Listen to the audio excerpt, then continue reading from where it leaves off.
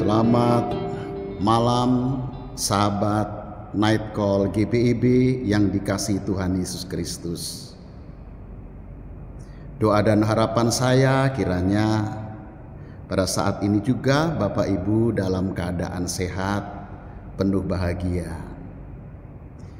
Ibu Bapak, saudara-saudara kekasih Tuhan, setelah sepanjang hari kita melakukan pekerjaan kita dan Tuhan menyertai kita, maka selayaknya sebagai orang yang percaya kepadanya, kita akan mengakhiri kegiatan kita sepanjang hari ini dengan mendengarkan firman Tuhan. Sebelum mendengar, saya mengajak Bapak Ibu kita berdoa, mohon pimpinan Roh Kudus. Kita berdoa.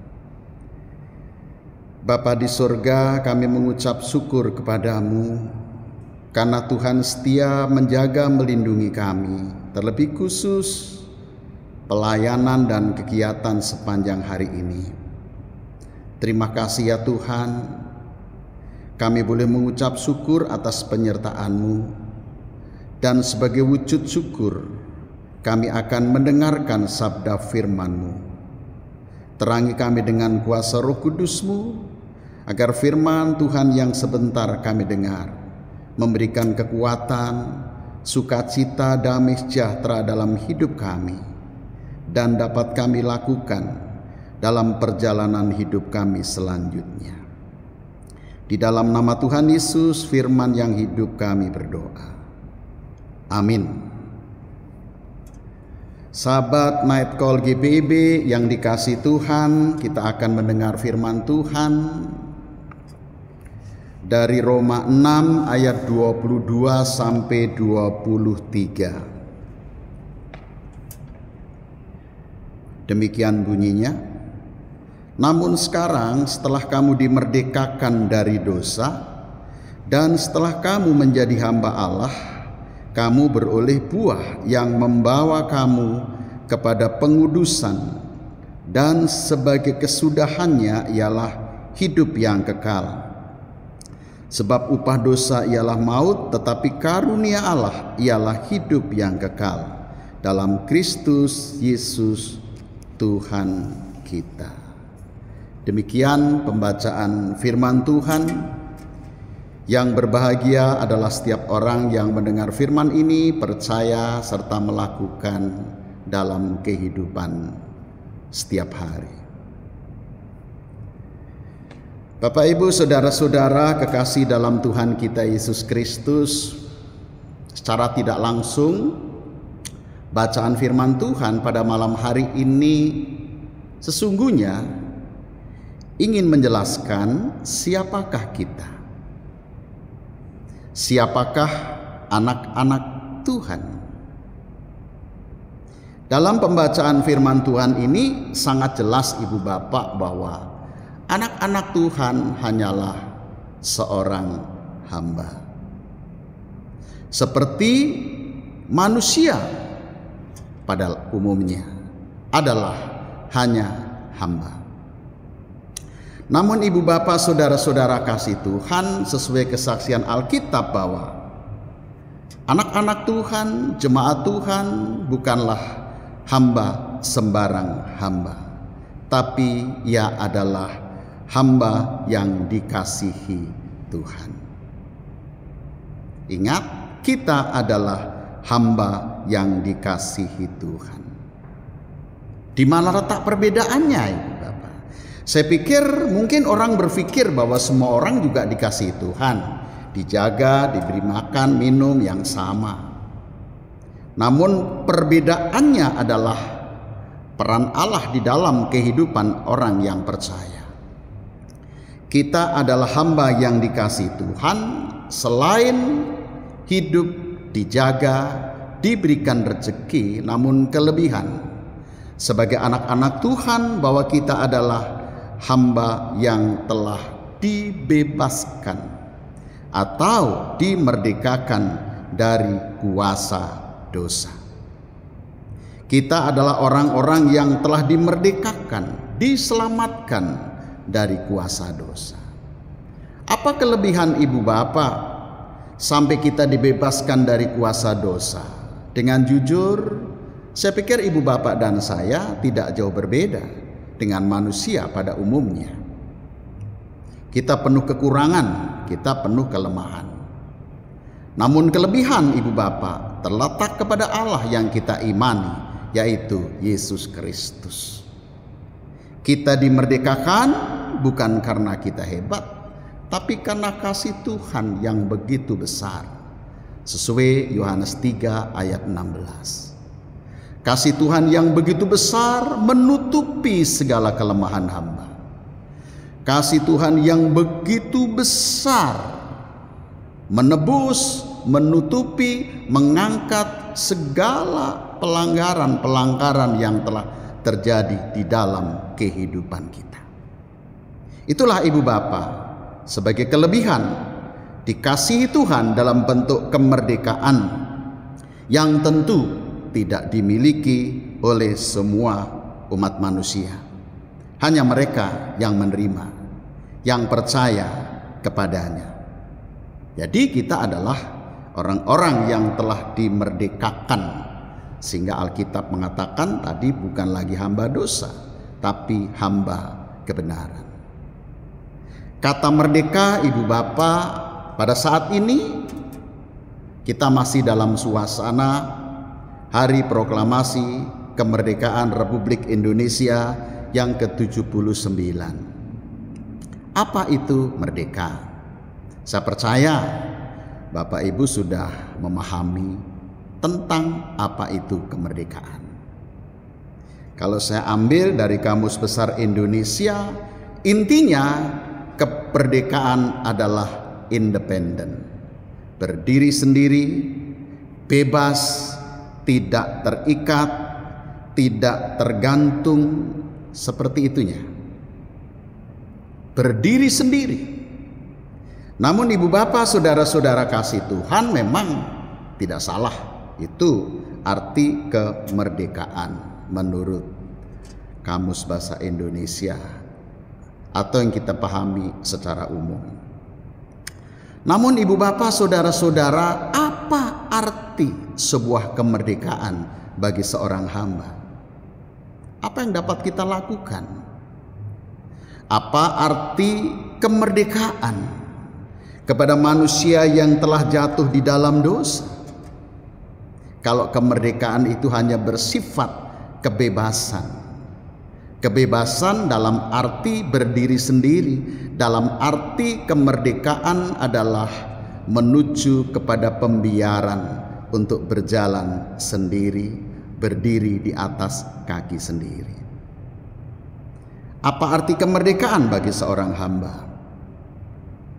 Ibu bapak, saudara-saudara kasih Tuhan, saya tidak tahu di hari proklamasi kemerdekaan tahun 2024 berapa orang yang telah mendapat remisi.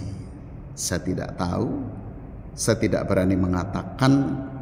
Tapi tahun 2023, sebagaimana yang diberitakan oleh Tempo, ibu bapak, tahun 2023 ada 175.510 orang warga binaan yang dapat remisi.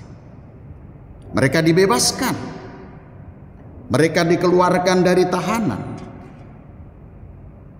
Pertanyaan saya Bapak Ibu, kemanakah mereka semua? Warga binaan yang mendapat remisi, yang sekarang hidup sendiri, yang mereka bebas, kemanakah mereka? Dan bagaimana nasab mereka? Apa yang sedang mereka hadapi? Saya pikir macam-macam Bapak Ibu. Mungkin ada yang jadi pengangguran karena orang takut untuk menerima dia.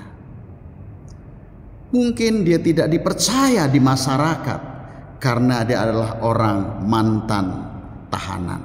Bisa jadi. Merekalah yang menentukan nasib mereka. Dan ibu bapak, pengalaman mungkin saya bisa salah, bahwa tidak banyak orang namanya mantan narapidana dia bisa prestasi dengan usahanya sendiri. Kalau ada pun saya pikir tidak banyak. Ibu bapak, saudara-saudara kasih Tuhan, di dalam Yesus Kristus, melalui pembacaan firman Tuhan ini, kita akan melihat apa arti kemerdekaan yang Tuhan berikan. Arti kemerdekaan yang Tuhan berikan di dalam pembacaan firman Tuhan ini tidak sama seperti kemerdekaan yang dipahami oleh manusia pada umumnya. Sangat khusus, sangat khas. Pertama, Bapak Ibu, yang harus kita sadari, manusia adalah ciptaan. Dia kodrat, bukan adi kodrati. Dia bukan pencipta, tapi dia adalah ciptaan Tuhan. Sebagai orang yang diciptakan, sebagai kodrati ibu bapak, tidak terlepas bahwa hidup manusia adalah selalu punya sifat ketergantungan. Ketergantungan kepada Allah, ketergantungan kepada ideologi yang lain, maupun juga tidak lupa ketergantungan kepada dirinya sendiri. Mungkin itu independen. Nah, ibu bapak, saudara-saudara kasih Tuhan, ada yang menarik dalam pembacaan firman Tuhan ini, bahwa kita adalah orang-orang yang telah dimerdekakan dari dosa. Allah memerdekakan kita, bukan membebaskan dari kuasa dosa, lalu Allah membiarkan begitu saja, seperti hanya narabina, binaan yang telah keluar dari LP. Tapi dalam pembacaan firman Tuhan ini kita harus mengerti, pertama adalah tentang kemerdekaan itu sendiri adalah anugerah Tuhan. Bukan karena kita baik dan sempurna sebagaimana orang-orang tahanan tadi. Ayat 18 mengatakan, kamu telah dimerdekakan dari dosa dan menjadi hamba kebenaran. Kamu telah dimerdekakan. Pelaku utama kemerdekaan adalah Tuhan.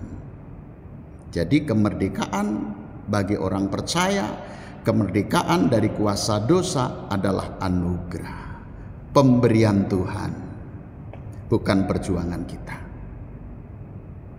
Lalu yang kedua ibu bapak, arti kemerdekaan bukan Tuhan membebaskan lalu membiarkan, tapi Tuhan telah merebut. Hamba ini yang selama ini menjadi hamba dosa, ditarik menjadi hamba kebenaran.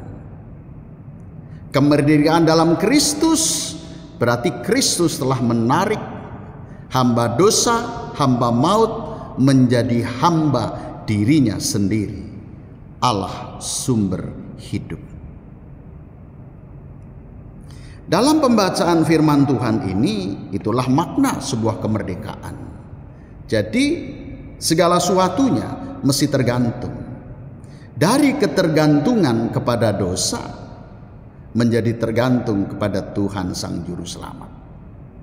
Dari ketergantungan kepada maut menjadi ketergantungan kepada hidup, yaitu Kristus.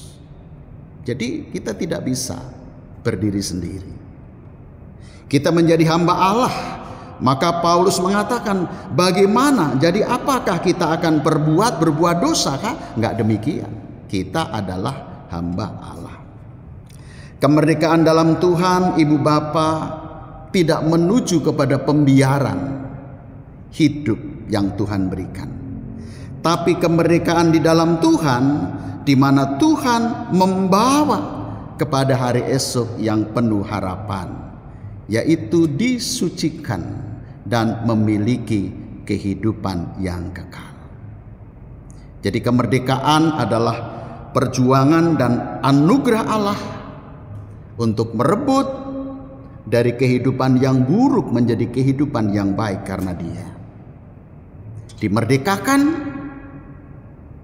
diambil menjadi miliknya, lalu diperbaharui, disucikan, diselamatkan kehidupan kita, dan buahnya adalah memiliki kehidupan yang kekal. Bapak, saudara-saudara kasih Tuhan, Alangkah bahagia menjadi Allah dalam Kristus. Alangkah bahagia menjadi Allah, menjadi hamba bagi Allah di dalam Yesus Kristus. Kemerdekaan telah diperjuangkan, lalu ditempatkan dalam posisi terhormat, dikuduskan, dirawat dengan baik, dan kita memiliki hari esok, yaitu kehidupan kekal. Ibu bapak, saudara-saudara kekasih dalam Tuhan kita Yesus Kristus, maka begitu pentingnya sebagai orang yang telah dimerdekakan, diselamatkan, kita menjadi hamba Allah yang sejati. Kita hidup bergantung kepada firman Tuhan, mengandalkan firman Tuhan, dan Tuhan punya kemampuan untuk merubah hidup saudara menjadi baik, dari susah menjadi bahagia. Dalam kelemahan kita menghadapi dengan penuh kekuatan daripada Tuhan. Ibu bapak, saudara-saudara kasih Tuhan, maka melalui bacaan firman Tuhan ini, saya pikir tidak ada seorang pun yang hidupnya tawar hati. Sekalipun orang-orang, ibu bapak, warga binaan yang mendapat remisi, mungkin hari ini juga dia tidak dipercaya oleh banyak orang. Sulit mendapat pekerjaan, sulit untuk berbaur dengan lainnya. Tapi ketika saudara dan kita semua mau menjadi hamba Allah, maka Tuhan memberikan kita hati yang baru, sukacita yang baru, dan kita akan diberdayakan oleh Tuhan menjadi alat kemuliaan Tuhan. Karena ketika kita dimerdekakan oleh Allah, kita ada di tangan Allah. Hidup hamba Allah, hidup anak-anak Tuhan bukan ditentukan oleh keadaan, oleh dukungan orang banyak, tapi ditentukan oleh Tuhan, Sang Pemilik kehidupan itu sendiri. Jadi Bapak Ibu, kemerdekaan telah berlaku untuk seterusnya dan sedang berproses menuju kepada buah kemerdekaan yang sejati, yaitu kehidupan kekal. Disucikan artinya bimbing, dijaga, dikuduskan setiap langkah hidup kita, sehingga kita mewarisi kerajaan Allah. Oleh sebab itu, melalui pembacaan firman Tuhan ini, sebagai hamba yang dikasihi Tuhan, Tuhan tidak pernah membuang setiap orang yang datang kepadanya. Dia orang berdosa, semua orang berdosa. Tapi justru kalau menurut dalam kitab Yohanes 15 ayat 4, Tuhan Yesus menawarkan kepada saudara dan saya, kepada setiap orang yang dalam pergumulan, yang berbeban berat, yang letih, yang sedih, yang tidak dipercaya banyak orang, bahkan mungkin diusir di sana sini. Tawaran yang diberikan Tuhan dalam Yohanes 15 ayat 4, tinggallah di dalam aku dan aku di dalam kamu, sama seperti carang tidak dapat berbuah dari dirinya sendiri kalau ia tidak tinggal pada pokok anggur yang benar. Pada pokok anggur. Demikian juga kamu tidak berbuah jikalau kamu tidak tinggal di dalam aku. Apa tugas kita, Ibu Bapak? Sebagai orang yang dimerdekakan, jangan hidup sendiri, karena Anda dan saya tidak sendirian. Tapi ada Allah, Sang kemerdekaan yang telah memerdekakan, itu yang akan menolong, yang menjamin masa depan saudara, yang merawat kehidupan kita sekarang sampai Tuhan datang kembali. Bapak Ibu saudara-saudara kasih Tuhan, saya tidak tahu pasti kenyataan hidup manusia menghadapi begitu banyak tantangan, persoalan, problem yang sangat berat. Tapi sebagai hamba yang dikasihi Tuhan, Tuhan selalu membuka diri untuk menyambut siapapun dan seperti apapun saudara. Di dalam Dia kita mendapatkan yang terbaik, sukacita, damai sejahtera. Maka Bapak Ibu, sebelum kita istirahat, kita akan menyerahkan seluruh kehidupan kita, beban-beban kita kepada Dia. Karena kita telah memiliki status kepada hamba yang dikasihi Tuhan. Hamba yang diselamatkan oleh Tuhan. Hamba yang telah diangkat dari hamba dosa menjadi hamba kebenaran dalam Kristus Yesus. Tuhan memberkati. Amin. Mari kita berdoa. Bapa di surga, terima kasih atas firman-Mu. Sungguh kami menyadari Tuhan bahwa Engkau telah turun ke dalam dunia. Seandainya Engkau tidak turun ke dalam dunia mendapatkan kami manusia yang berdosa, sebenarnya kehidupan umat manusia telah berakhir, hanya berujung kepada penderitaan dan penghukuman. Namun terima kasih Bapa di surga, firman-Mu pada hari ini berkata bahwa kami adalah orang-orang kekasih-Mu. Kami adalah hamba-hamba yang Kau kasihi, yang tidak berdaya Engkau berikan kekuatan, yang tertindih dalam dosa telah Tuhan bebaskan. Yang tadinya menjadi hamba dosa, sekarang Tuhan berkenan Engkau menjadi Tuhan atas kami. Terima kasih Tuhan atas kemurahan-Mu, atas kasih-Mu. Ajari kami tidak menyia-nyiakan Tuhan tentang perjuangan yang Kau berikan, kemurahan yang Kau berikan bagi kami. Ajari kami untuk setia kepadamu, terlebih dalam menghadapi tantangan dan pergumulan hidup.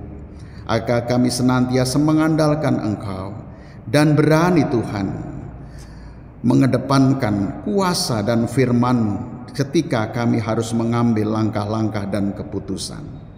Terima kasih Tuhan, sepanjang hari ini Tuhan boleh sertai. Kami telah melakukan berbagai kegiatan pekerjaan dan pelayanan. Tuhan ampuni jika ada langkah-langkah pikiran, perkataan, dan perbuatan yang tidak berkenan di hadirat Tuhan. Pada malam hari ini Tuhan, sebelum kami memejamkan mata untuk beristirahat, kami berdoa ya Bapa untuk gereja-gereja di seluruh muka bumi. Tuhan memberkati agar gereja benar-benar menjadi hamba Allah. Jauhkan dari kekuatan-kekuatan lain yang masuk kepada persekutuan gereja-Mu. Biarlah kuasa Allah kebenaran firman-Mu saja yang boleh ditampilkan, diwujud nyatakan dalam pelayanannya. Ya Bapa, kami berdoa untuk bangsa-bangsa di dunia, Tuhan memberkati, terlebih bangsa yang sekarang dalam konflik peperangan. Tuhan hentikan apa yang terjadi seperti halnya di jalur Gaza. Tuhan, hanya Engkau yang tahu dan Engkau punya kuasa untuk menyadarkan mereka. Di balik semuanya, semua kami serahkan kepadamu. Bapa, kami berdoa untuk bangsa negara Indonesia. Tuhan memberkati para pemimpin, presiden, wakil presiden, para menteri, TNI, Polri, terlebih anak-anak Tuhan yang ambil bagian di dalamnya. Tuhan berkati, jadikanlah mereka semua saksi Allah dalam kehidupannya. Bapa di surga, kami berdoa untuk Majelis Sinode GPIB. Tuhan, Engkau memberkati yang Tuhan percayakan sebagai pemimpin dalam Gereja Protestan Indonesia bagian Barat. Tuhan, berikan senantiasa hikmat yang daripada-Mu, agar dalam menjalankan tugas pelayanannya, kiranya wibawa Allah boleh nyata, nama-Mu dipuji dan dimuliakan. Ya Bapa, kami berdoa untuk sesama kami yang hidup dalam penderitaan, karena penyakit, karena peperangan, karena bencana alam, karena berbagai kebijakan penguasa yang memihak kepada dirinya. Tuhan, tolong berikan pertolongan kepada mereka semua. Begitu juga Bapa di surga, kami berdoa untuk sahabat Night Call GPIB yang boleh mendengarkan firman-Mu pada malam hari ini. Biarlah Tuhan firman ini boleh menyatu dengan diri kami masing-masing, sehingga kami boleh bangga menjalani kehidupan ini, karena sebagai hamba yang dikasihi dengan kemerdekaan yang sangat mutlak. Terima kasih Bapa di surga. Dan saatnya sebentar lagi kami akan memejamkan mata kami untuk beristirahat. Tuhan, segala kelelahan tubuh kami, pemikiran kami serahkan dalam tangan-Mu. Sertai istirahat kami Tuhan, pribadi kami, keluarga kami yang jauh maupun dekat. Tuhan sertai, izinkan kami istirahat dengan damai sejahtera Tuhan. Engkau bangunkan esok hari dengan kesehatan, kekuatan, sukacita baru daripada Tuhan. Terima kasih Bapa di surga, ampuni salah dosa kami. Berkenan Tuhan menyempurnakan dan mendengarkannya. Karena doa ini kami minta dalam nama Tuhan Yesus, Allah dan Juru Selamat kami, perantara kepada Bapa, kepadamulah kami berdoa. Amin. Demikian sahabat Night Call GPIB yang dikasihi Tuhan, firman Tuhan pada malam hari ini. Selamat beristirahat. Tuhan Yesus memberkati kita semua. Selamat malam, Tuhan memberkati.